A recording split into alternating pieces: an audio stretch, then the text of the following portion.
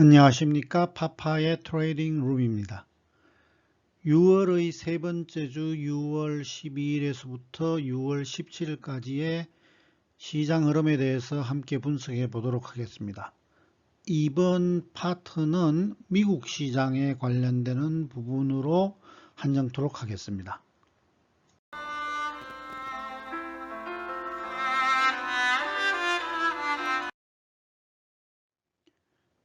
6월의 저항 및 상승 관점을 위한 관찰 지수는 6월 한 달 동안은 변동되지 않는 것이고 이 부분은 변화가 없어서 그대로 지난주와 동일합니다. 다만 함락되어서는 안 되는 지수를 6월 여기에 표기해 둔 것처럼 현재로는 함락되어 있는 상태이기에 여전히 6월의 전 기간은 매도의 압박이 매도의 행포가 상당 부분 진행되고 있고 진행될 것이라는 점을 나타내고 있습니다.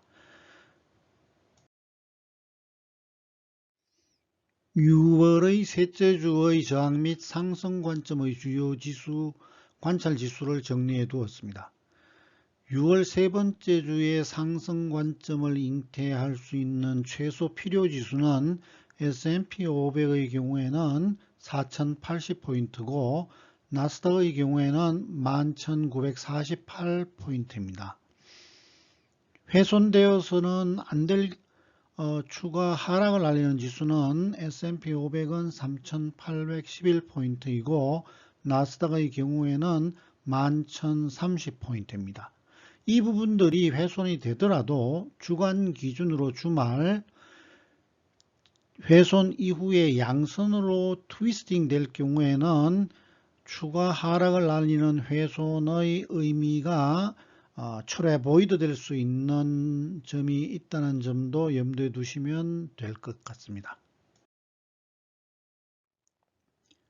S&P 500의 주요 저항선과 지지선의 정리표입니다.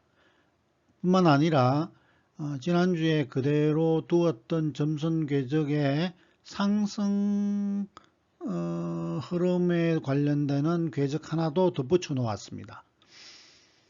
주요한 지지선들이 몇 개가 지지 실패가 일어났기 때문에 저항으로 바뀌는 점도 변경해 두었고 노란 별표와 파란 별표는 이번 주에 지지와 저항으로 작용하면서 의미를 둘 수 있는 지수이기에 별도로 표기를 해 두었으니 참조하셨으면 합니다.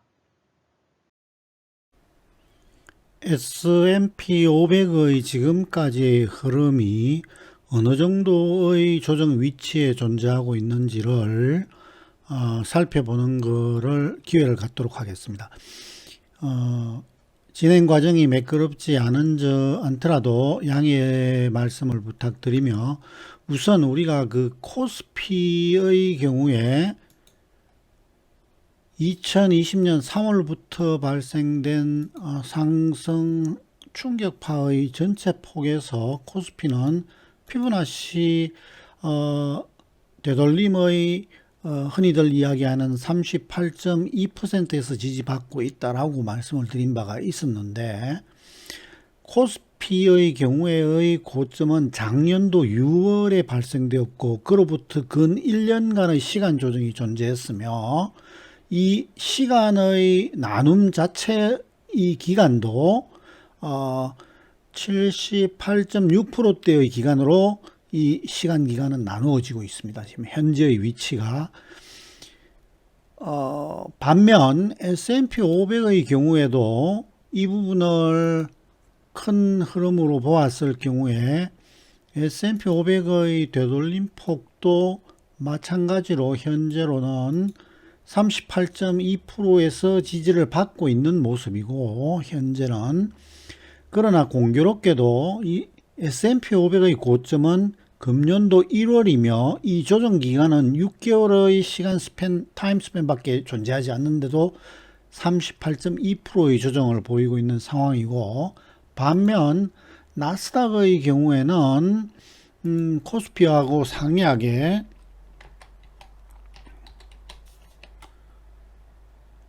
나스닥의 경우에는 가장 큰 조정폭의 마디점에서부터 기산한 새로운 상승 충격파는 현재 대략 50%에서 지지를 받고 있는 다른 모습을 나타내고 있습니다. 나스닥의 고점은 작년도 11월이 되어 있고요. 자, 한편 이것을 주간의 패턴에서 저는 그 패턴에 대해서 별로 관심을 많이 기울이지 않는 편이지만 패턴으로 지난주에 시연한 몸통이 굉장히 큰 이런 캔들을 흔히 저희 분석에서는 무질서가 질서화되어 있는, 즉 모두의 의견이 일치되고 한쪽 쏠림으로 끝나는 이런 형태를 흔히 반전의 기점이 존재하는 캔들로 규명할 수 있겠고, 이런 현상을 엑셀의 이 특징으로 제가 지난주에 나타났던 특징을 여기라는 표현으로 해서 되돌아가서 과거 약 18년 동안의 데이터에서 비슷한 패턴을 확인해 본다고 한다면 2018년 부근에 당시에도 금리 인상이라는 긴축이 나타났었고 여기에 하나 보여지죠. 양선 이후에 음선이 두 개 나타나면서 굉장히 큰 빅 음선, 또 하나 굳이 이야기를 한다면 여기 부근에 존재하고 있는, 이건 주간 한 원 캔들이 한 주간입니다. 이렇게 실제적으로 이러한 모습들이 존재했을 때는 굉장히 공포스러운 분위기였을 거라고요. 여기도 마찬가지로 이런 모습을 시장이 구현했을 때는 굉장히 공포스러운 모습을 나타내고 있었을 거라고요. 하지만 그 이후에 물론 역사나 패턴은 반복하지 않는다 라고 하지만 질서와 무질서라는 섭리를 굳이 이야기하지 않는다 하더라도 무언가 변화의 시점이라는 거에서 눈과 귀로 들리는 점과 다른 점이 있다라는 것을 강조드리고 싶고요. 이 부분을 또 다른 지금 말씀드린 대로 다우의 경우에는 과거 11주 동안 단 한 주만 상승하는 모습을 보였다고 그러는데, 이것을 마켓 브레스, 그러니까 상승과 음량의 차이 분석해서 한 달 정도의 시간 동안 상승한 것과 하락한 것을 차감한 네트의 수치를 디지털화했을 경우에 지금의 위치가 과거 약 한 20년 조금 안 되는 기간 동안 보여줬던 흔적 중에 거의 보기 드문 현상에 위치하고 있다. 다우의 경우. S&P 500의 경우에는 거의 보지 못했던 환경에 움직이고 있다.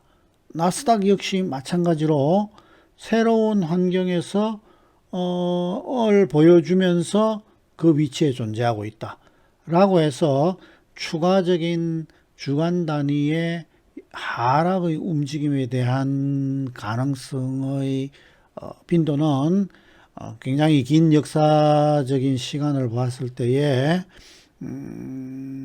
보기 드문 현상이다 라는 걸로 한번 정리해 보도록 하겠습니다. 나스닥 역시 주요 저항선과 지지선의 몇 개의 변동사항이 발생하였고, 발생된 변동사항은 우측의 종단축에 수정하여 적시해 두었습니다. 글씨가 작을 경우에는 보다 큰 글씨로 노란 별표와 파란 별표로 기록되어진 주요 저항선, 주요 지지선을 참고하시면 될 듯 하겠습니다. 미래의 궤적 한 달 반이나 두 달 동안에 일어날 수 있는 궤적의 새로운 상승 흐름에 대한 점선도 부과를 하여 두었으니 참조하셨으면 합니다. 이번 주 시장 결론에 대해서 언급해 보도록 하겠습니다. 지난주의 굉장히 큰 하락 행포 이후에 이번 주의 흐름은 일정상 뉴스에 빅 어젠더가 남아 있는 부분도 있겠습니다만 테크니션으로 볼 경우에는 이번 주에는 커다란 반전의 기회가 내포되어 있다. 지난주까지 코스피 쪽에서 언급드린 것처럼 공포 그 자체가 공포의 뉴스를 먹고 자생적인 힘을 스스로 강화하는 이 우스꽝스러운 모습이 계속되고 있는 분위기나 앞서 언급드린 캔들의 질서와 무질서의 끝점, 무질서와 질서의 끝점에 관련되는 여타 분석 등등을 감안하여 볼 경우에는 이번 주 만들어지는 저점을 분기점으로 그 저점에 대한 평가가 다음 주 정도에 이루어지겠지만 시세의 변화 반전이 있을 수 있다 라는 것으로 결론 내어 보도록 하겠습니다. 시청해 주셔서 대단히 감사합니다.